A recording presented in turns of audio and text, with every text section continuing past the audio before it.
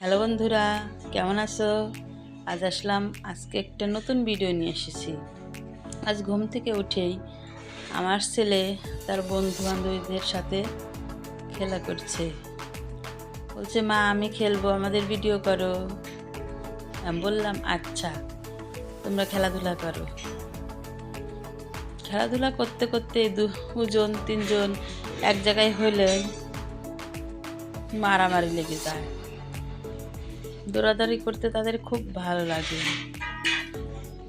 বলল, মা দেখো আমরা কেমন করে ধরাধরি খেলছি, দেখো আমাকে ও ধরছে, আমাকে কেউ ধরতে পারে না, আমাকে কেউ ধরতে পারে না। এরকম করে আমার ছেলে খেলতে লাগলো। বলল, মা দেখো আমার খেলা কেমন দেখাচ্ছে।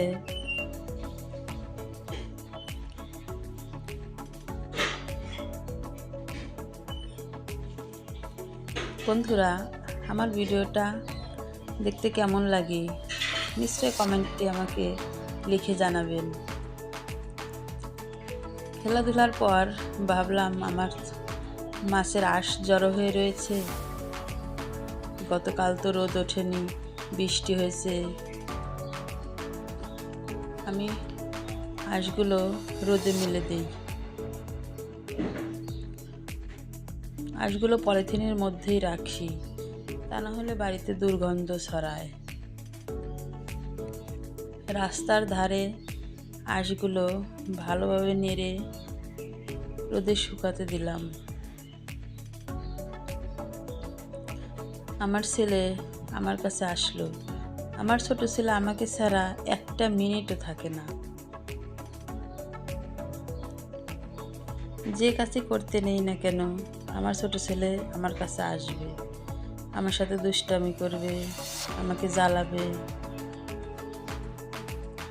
গতকালের হালকা শুকানো কিছু আঁশ রয়ে গেছে, আমার শ্বশুর তুলে রেখেছিল। ভাবলো রাতে যদি বৃষ্টি হয় তাহলে এই ঝরঝরা শুকনা আঁশগুলো ভিজে যাবে। এই ভেবে আমার শ্বশুর এই রুমটাতে তুলে রেখেছিল। রোদ এসেছে, আমি এই আঁশগুলো বের করে দিই। আঁশ তুলে শুকিয়ে বস্তায় ভরে রাখবো। এরপর আঁশ নেড়ে হাতটা দুর্গন্ধ হয়ে যায়। ভাবলাম ট্যাপে এসে সাবান দিয়ে হাতটা ধুয়ে নিই। কখন আবার আমার ছোট ছেলে কিছু খেতে যাবে, বড় ছেলে কিছু খেতে যাবে, খাবারটা তৈরি করে দিতে হবে।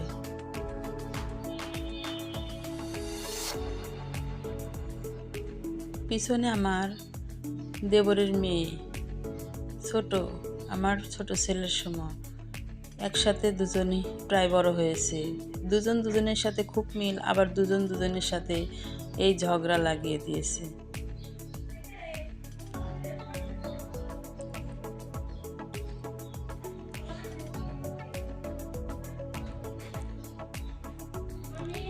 হ্যাঁ, হুম।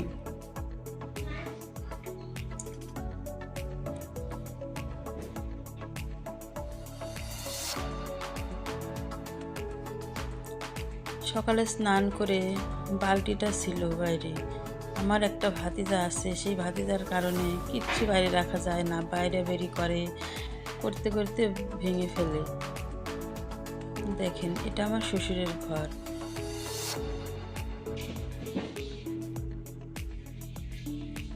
শ্বশুরের ঘর থেকে চলে গেলাম মামার ঘরে। এবার আসলাম, দুপুর হয়ে গেছে। আবার ভাবলাম আঁশগুলো আবার একটু নেড়ে দেই, তাহলে 2টা 3টা বাজতেই আঁশগুলো শুকিয়ে যাবে। ওখানে আমার ছোট ছেলে ও আমার ভাতিজি দাঁড়িয়ে আছে। বললো, বম্মা দেখো আমাদের ভিডিও করছে। বললাম, এখানে থাকো, দুষ্টামি করো না। কিন্তু আমার ছোট ছেলে তো কথা শোনে না। আমার ছোট ছেলে আমার সাথে আঁশ নাড়বে, যে কোনো কাজ করলেই সে আমার সাথে যাবে। এটা আমার দুষ্টু ভাতিজা।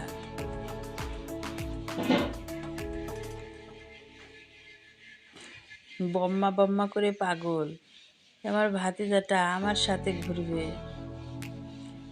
রাস্তার ধারেই দেখেন, এখানে আমাদের নদীটা শুকিয়ে গেছে, নদীতে জল নেই, অল্প একটু জল আছে।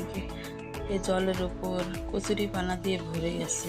এখানে কেউ স্নান করে না, বর্ষা না আসা পর্যন্ত কেউ নামে না।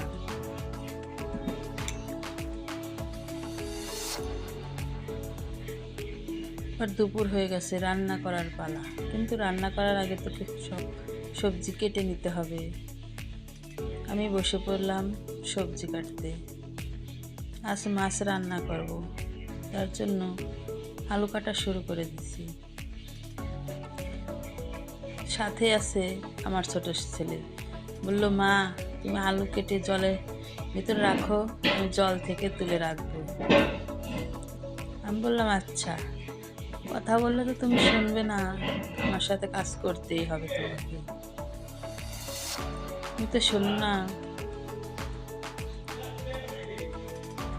কথা।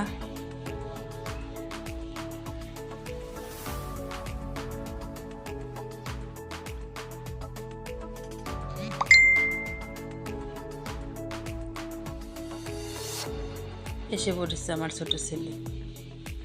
বললাম, হাতটা ধুয়ে আসো, খাবার জিনিস, তোমার হাতটা নোংরা থাকে, সারাদিন খেলাধুলা করো।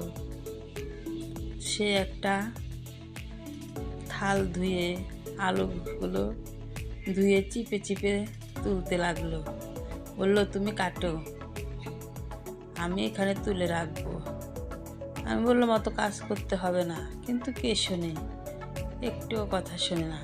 এরপর আমার শ্বশুর বাজার থেকে কিছু শাক এনে রেখেছে, পাট শাক। ট্যাপে এসে শাকগুলো ধুতে লাগলাম।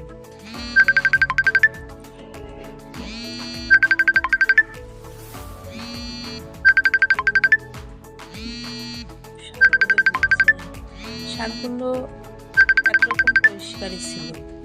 ভাবলাম 2 বার ধুলেই শাকগুলো পরিষ্কার হয়ে যাবে।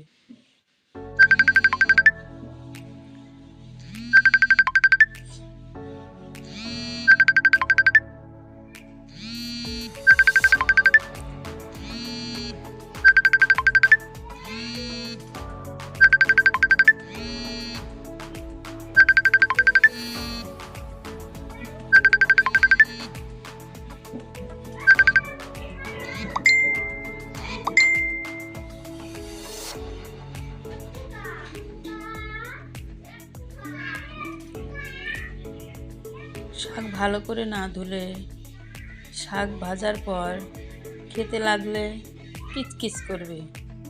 তাই একটা শাকটা ভালোভাবে ধুয়ে নিলাম। তারপর রান্না বসাবো। চুলায় আঁচ দিলাম, ভাতটা তুলে দিলাম।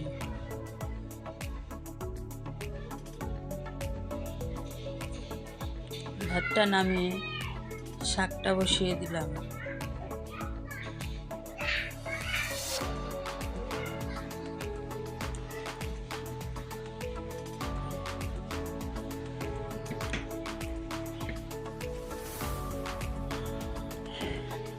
শাকটা ঢেকে দিতে হবে। ঢাকা শেষে ভাপ দিয়ে শাকটা নেড়ে নিলাম, যাতে লবণ শাকটার ভেতরে ঢুকে পড়ে।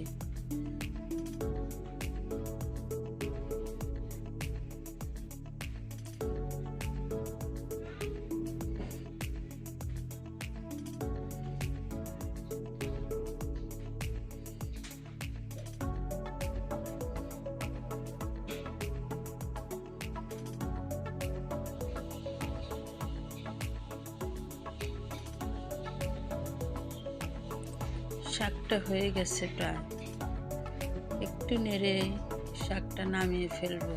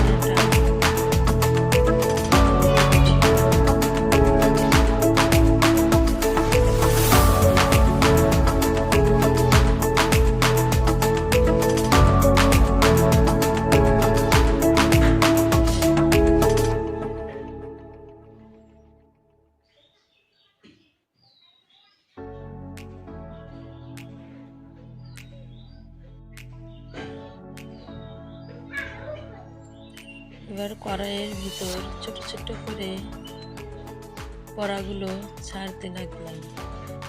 চিংড়ির বড়া ছোট করে দিলেই কড়াইয়ে দেওয়ার পর আঁচ লেগে ফুলে বড় বড় হয়ে যায়, খেতে খুব সুস্বাদু।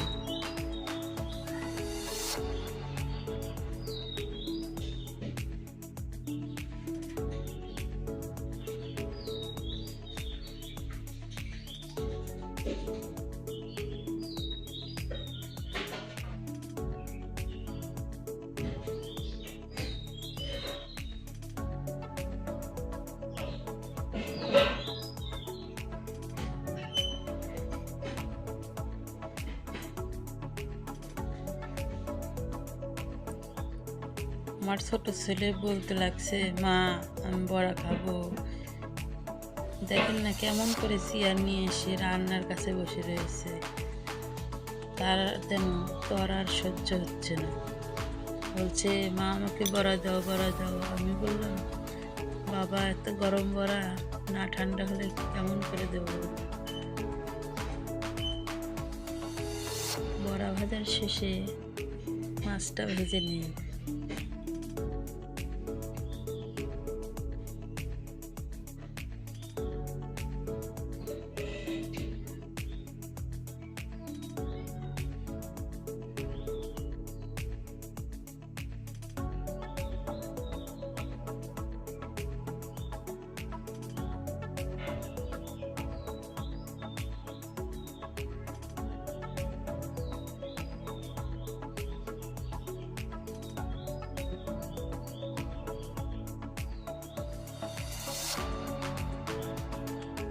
মাছগুলো এক পেটে প্রায় হয়ে গেছে, উল্টিয়ে দিয়েছি।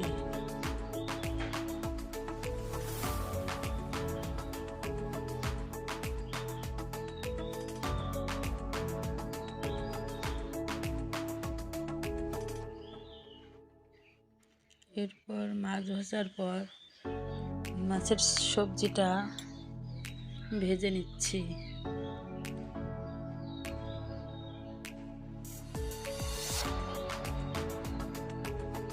রান্নাটা কেমন হবে জানি না।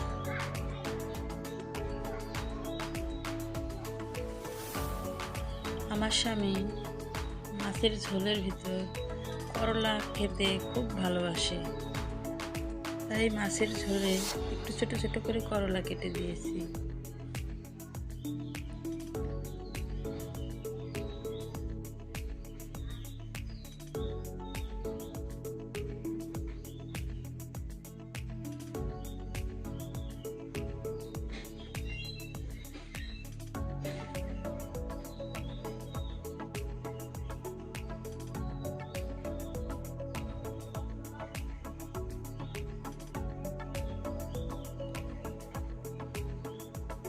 সবজি ভেজে মাছের ঝোল দিয়েছি।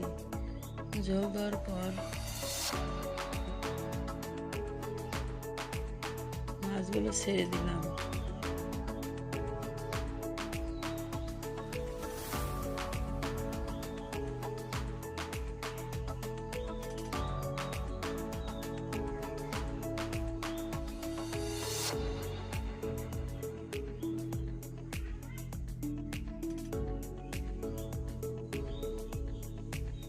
রান্নার সময়ও আমার ছোট ছেলে আমার কোলে এসে বসতে চায়, বোঝে না যে রান্নার সময় গরম কিছু লাগতে পারে।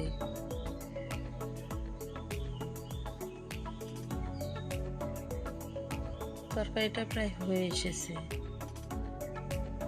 বন্ধুরা, আমার ভিডিওটা কেমন লাগলো প্লিজ কমেন্টে জানাবেন, এবং ভালো লাগলে আমার চ্যানেলটা সাবস্ক্রাইব করে দেবেন। আমার পুরো ভিডিওটা দেখার জন্য আপনাদের সবাইকে ধন্যবাদ। আমি চ্যানেলে নতুন কাজ করছি, কেমন লাগলো নিশ্চয় জানাবেন।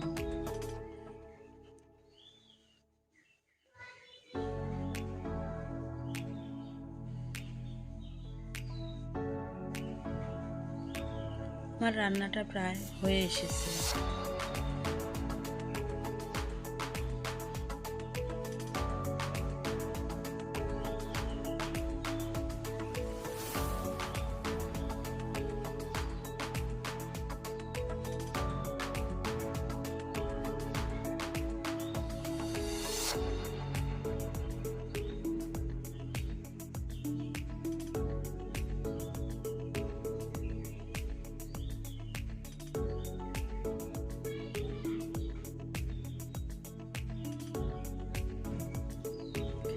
আমার ঘষির চুলো, আমি খড়িতে রান্না করতে পারি না তেমন, তাই আমি শুধু ঘষির চুলাই তৈরি করি। ঘষিতে রান্না করে অনেক মজা।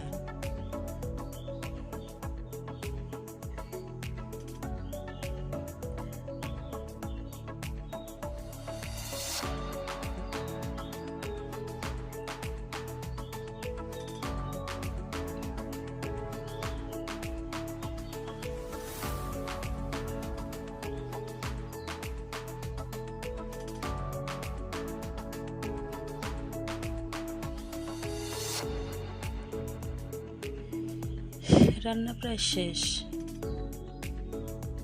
গামলাটা ধুয়ে নিয়ে এসেছি, এখন গামলার ভিতর তরকারিটা ঢেলে নেব। ওদিকে আমার শ্বশুর, ছোট ছেলে খাওয়া দাওয়ার পর বলল, মা আমার বন্ধুরা এসেছে, আমি এখন ক্যারাম বোর্ড খেলব।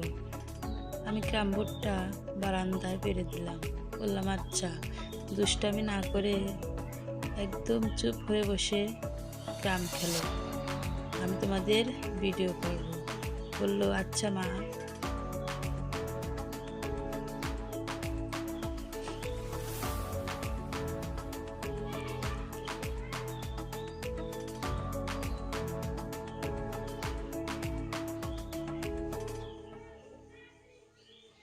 ছোট ছোট ছেলে মেয়ে, ওদের খেলা দেখতে খুব ভালো লাগে। এই এখনই মিল, এখনই ঝগড়া লাগে,